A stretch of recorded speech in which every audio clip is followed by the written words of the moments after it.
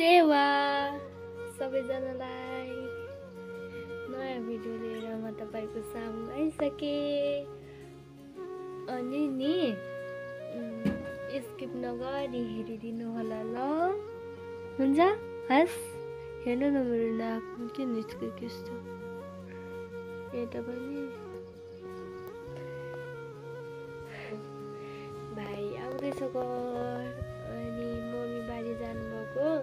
1 बजीसम्म आउनु भएकै छैन फोन गर्दैछु दिदीको आउनु भएको थियो हैन त्यहाँ घरमा अनि कति बेला गर्नुहुन्छ घर आउनुहुन्छ कति बेला थाहा छैन मैले चाहिँ नङ बाँध्दैछु देखिन हो त्यति बाँधेको छु कि अनि बाँकी रह्यो यति सबै बाँधिसक्नु पर्ने आज अनि दिदीहरूलाई पनि बोलाएको थिएँ आउनुहुन्छ रातितिर त्यही हो बाबालाई खाना दिएर सुत्नुभयो आराम गर्दै हुनुहुन्छ मतलब है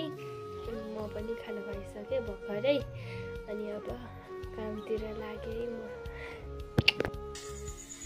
दिदी चाहिँ भन्छ गर्दै हुनुहुन्छ वाउ कति राम्रो हुनुहुन्छ हैन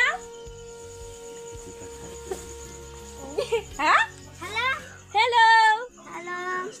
हाई गर्नु त सबैजना हाई अनि भाइ चाहिँ आइपुग्यो अरे अब भाइको लिन हामी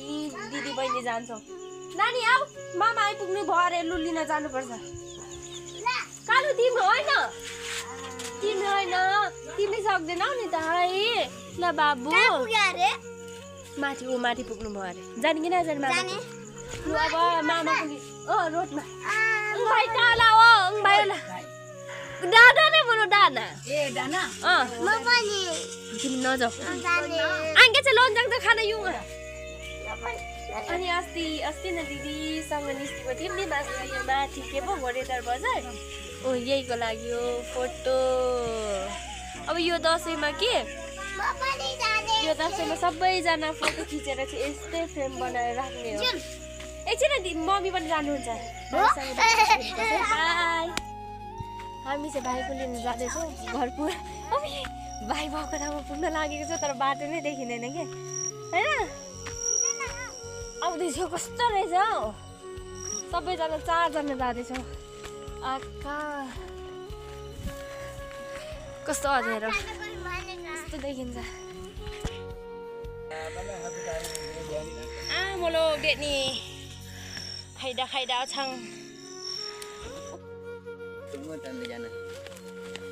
हेलो भाइ ada ya mak mati tak yang gede tak percaya kaleng betuang banget nih kau selio kiki weti dere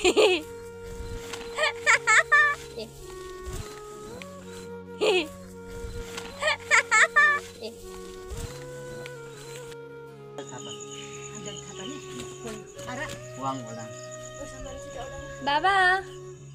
हेर्नु न सन्चै हुनुहुन्छ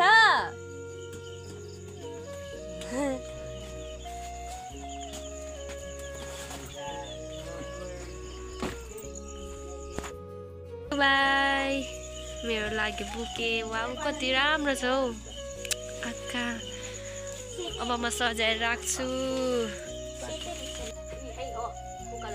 कति राम्रो छ है थ्याङ्क यू सो मच